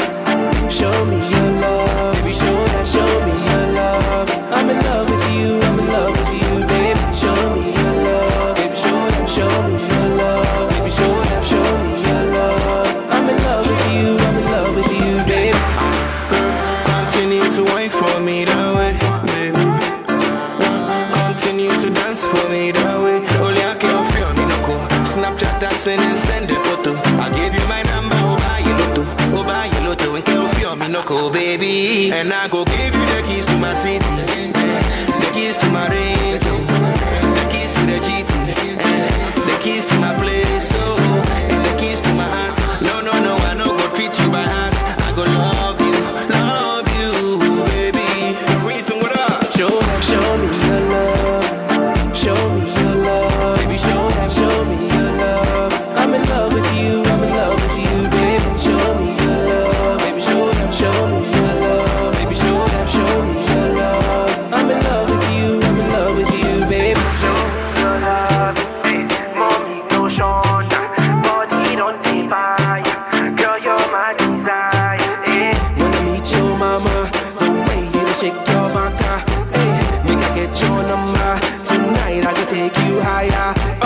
I'm the nigga that can make your legs go up. Tell the other niggas never good if you stop. Charlie, all you wanna do is get lit up. All you want is diamond on your TikTok. Money day, so you know say I go feet pay. Money no be problem, I go feet pay. We can do it from the weekend to the weekday. We can do it every day. I just see show me your love. Show me your love. Baby, show me your love. I'm in love with you. I'm in love with you, baby. Show me. Hello, wonderful people. You're welcome to the Progressive Mind Show right here at WGAC 98.3 FM. This is your host, Senna, and we are talking about building bridges between the African community and the African and the African American community. It is topic on this topical issue, obviously, which is black versus black. Why is there that? There is. I mean, we cannot be oblivious to it. We have to accept it. On both sides are issues where we deal with independent. We deal with them individually in our private homes, but it's time we start having these conversations. And before we went on break, we're trying to get into some of the specifics that have made us that have brought us to this point. I mean, the callers have chimed in. Some think that it's obvious a fallacy at all. It doesn't even exist. Some to think that it's a matter of brainwash from the media. Others think that it's lack of education. And we are thankful for all those who have called in to contribute to the show. I'm still here with Phyllis Timpo. That's my sister. Her sister was here last week, so Phyllis Timpo, she's here. Richard Sowa, the CEO of Rich Entertainment, also known as Reason. The song you just heard, "Show Me Your Love," was composed, written, and produced. Abi? Oh, I didn't produce it. Oh, you didn't produce it. No, but that song you just said, "Show Me Your Love," was made by Reason. Reason, featuring you featured L, right? EL, yeah. EL, okay. And there's so many songs he had. I mean, he's one of our local artists, one of our rising stars in the Ghanaian community. In the future, we'll be talking more about him and what he's doing. And also in our seat here is Justin Lionel, who has been contributing to the show. Black Jesus is my producer tonight. He also chimed in.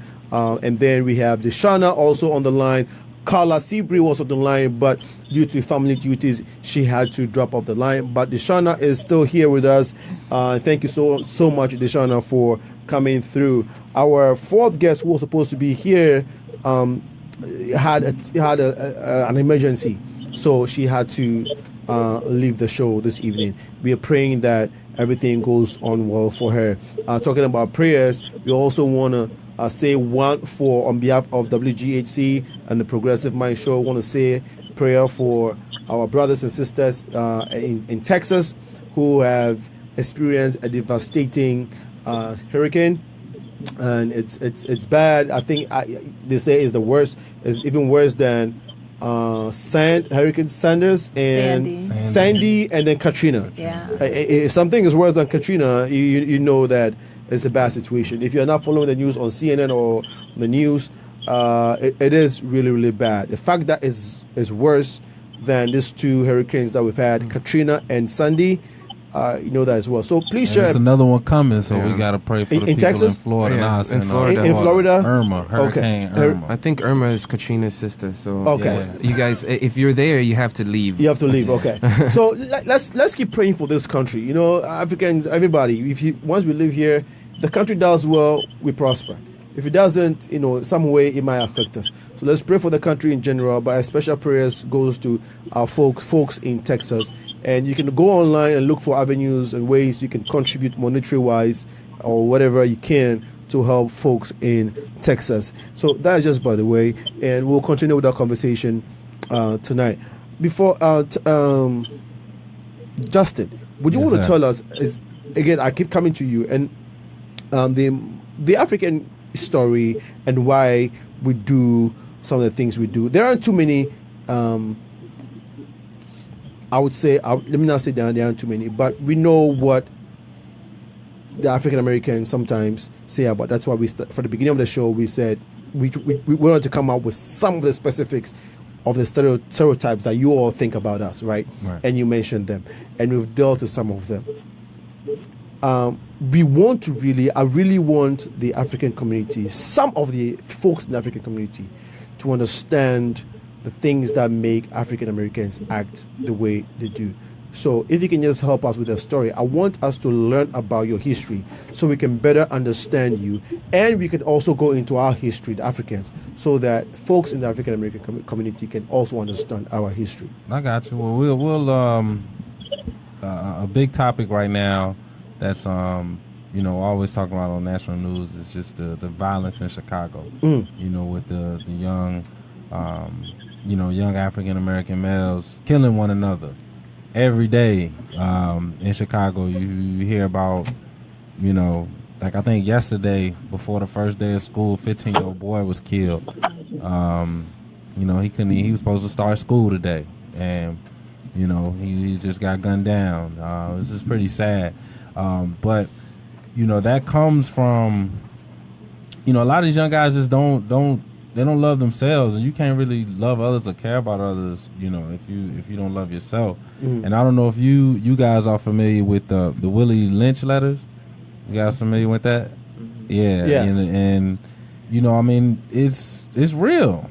It's real. I mean, we in our minds were just set up to go against one another, and it's a battle. And it's not right, and the only way that you can combat that is with love, But Willie Lynch, like I said earlier, keep it real. The white man set up some good stuff in place. Now I ain't just saying just the white man, but there's some stuff set up by the oppressor to make sure that some of these things are still going on. Because I find it real crazy how these guns are just so accessible out in these neighborhoods.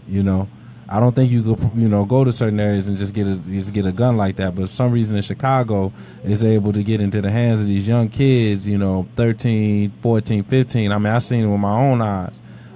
With these young guys that they got accessibility to guns, and it's feeding into what Willie Lynch wrote. That, hey, you got to keep them all. They can't. You can't have them unified. We can't have us unified, because if we are unified, if we are coming together, we would do damage. We would really, we would take over. The Black Wall Street. Know that. Yeah, to Tulsa, Oklahoma, years ago. Tell us about the Black Wall Street. Well, in Tulsa, Oklahoma, I think it was in the 50s. I'm not sure, but the Black Wall Street in Tulsa, Oklahoma, was a very influential black neighborhood. And it had everything. It had barbershop, restaurants, and a lot of business was going on in this area, and so much that even other countries were like France and England were trying to do business with the individuals in this town in Tulsa, Oklahoma. I think one day a black kid had gotten some type of issue with a white woman, which that always leads to disaster back then. But I think she said he raped her, which wasn't true. She came to find out, which wasn't true.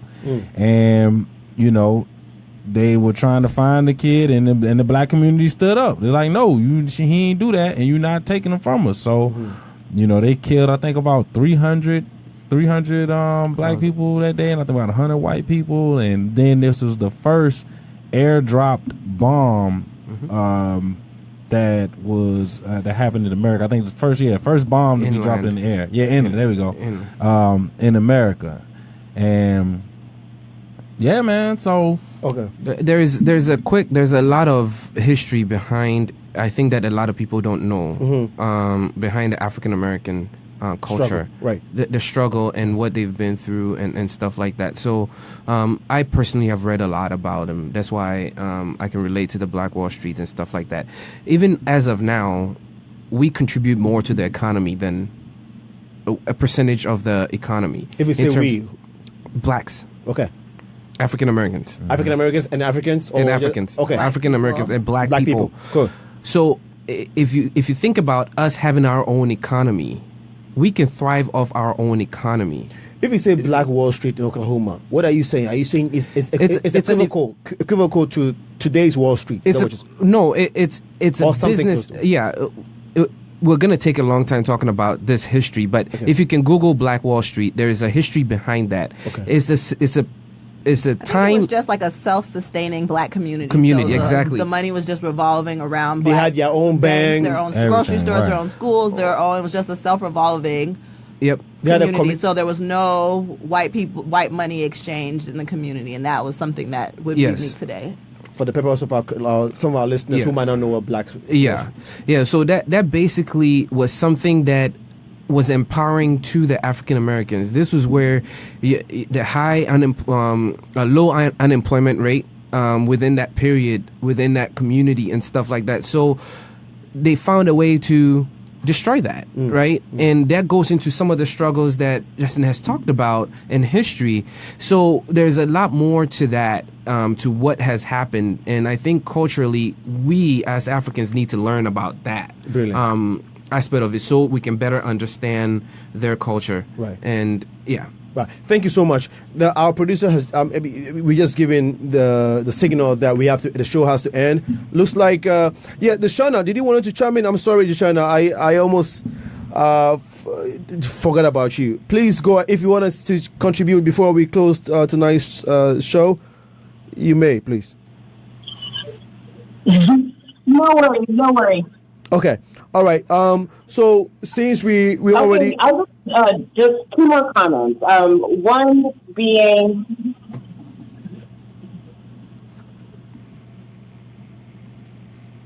hello.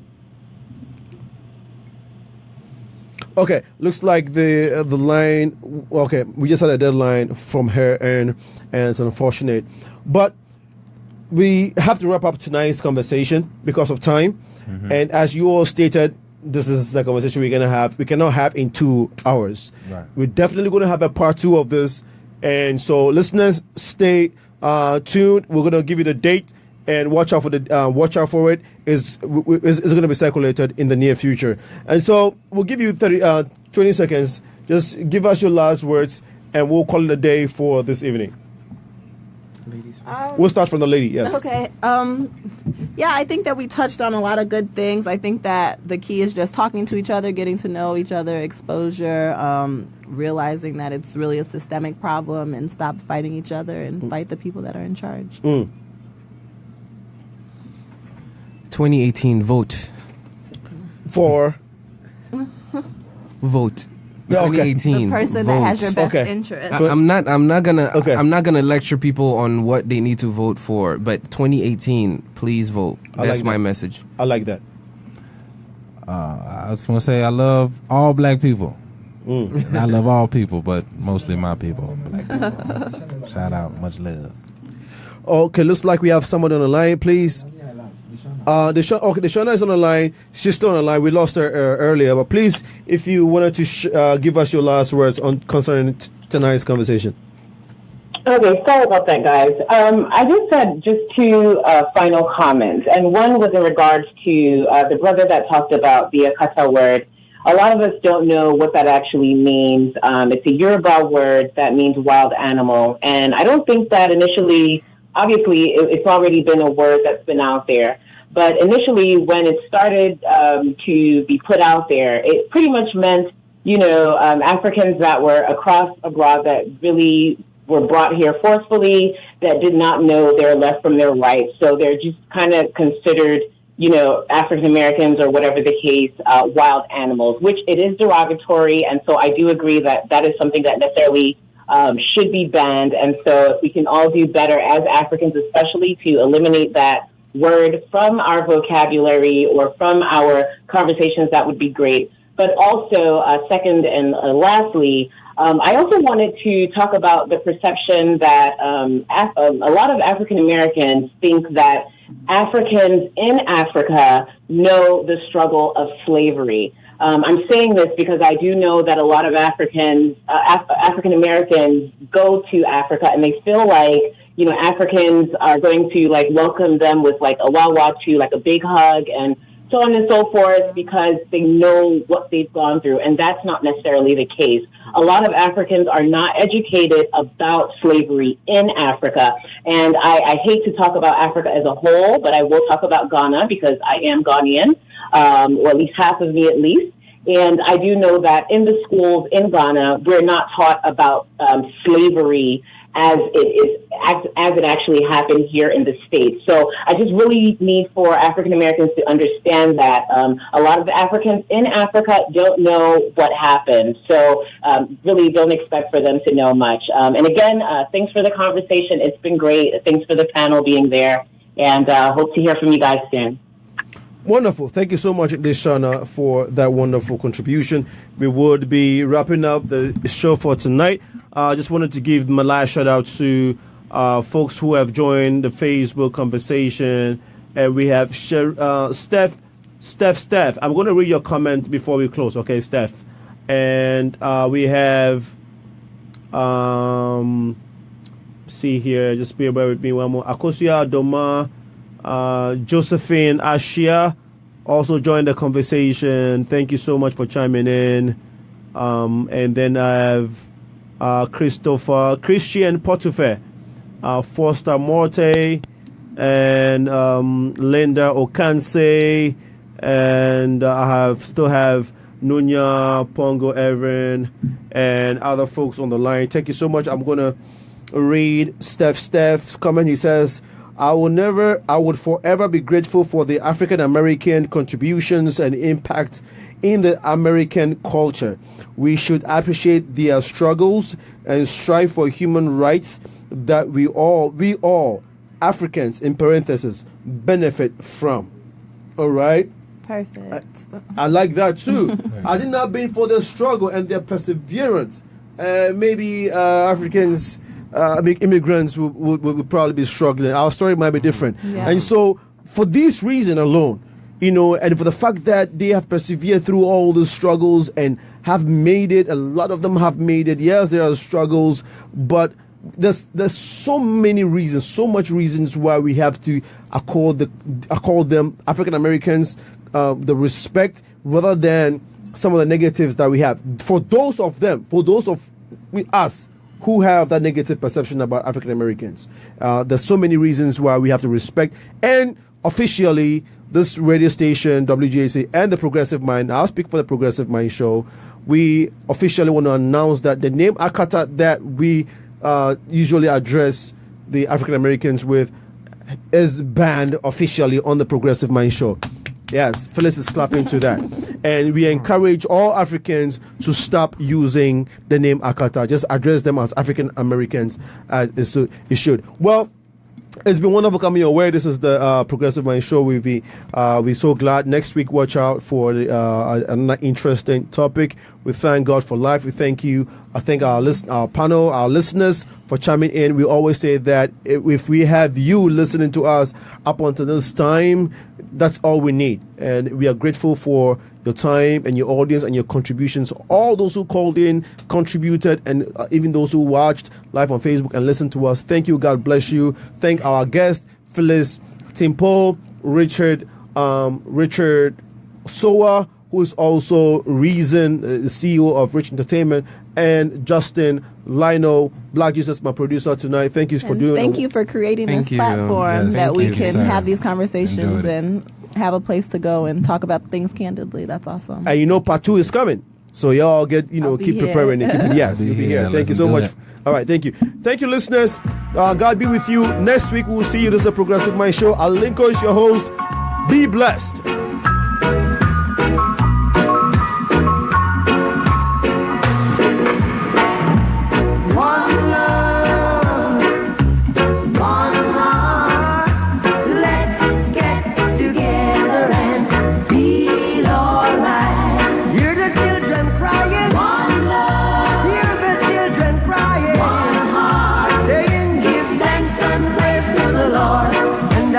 Feel alright. Say it. Let's get together and feel alright. Whoa, whoa, whoa, whoa. Let them all pass all the dirty remarks. One love. There is one question I'd really love to ask. One heart. Is there a place for the hopeless sinners who has hurt all mankind? Just save his soul, believe.